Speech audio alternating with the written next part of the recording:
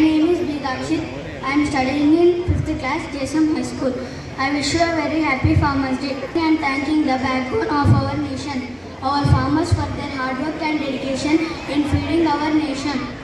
No farmer, no food, no life. So please respect to every farmers.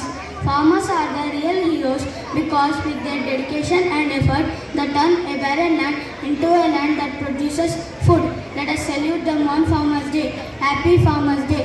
त्याग और तपस्या का दूसरा नाम है किसान. किसान की उन्नति देश की प्रगति है.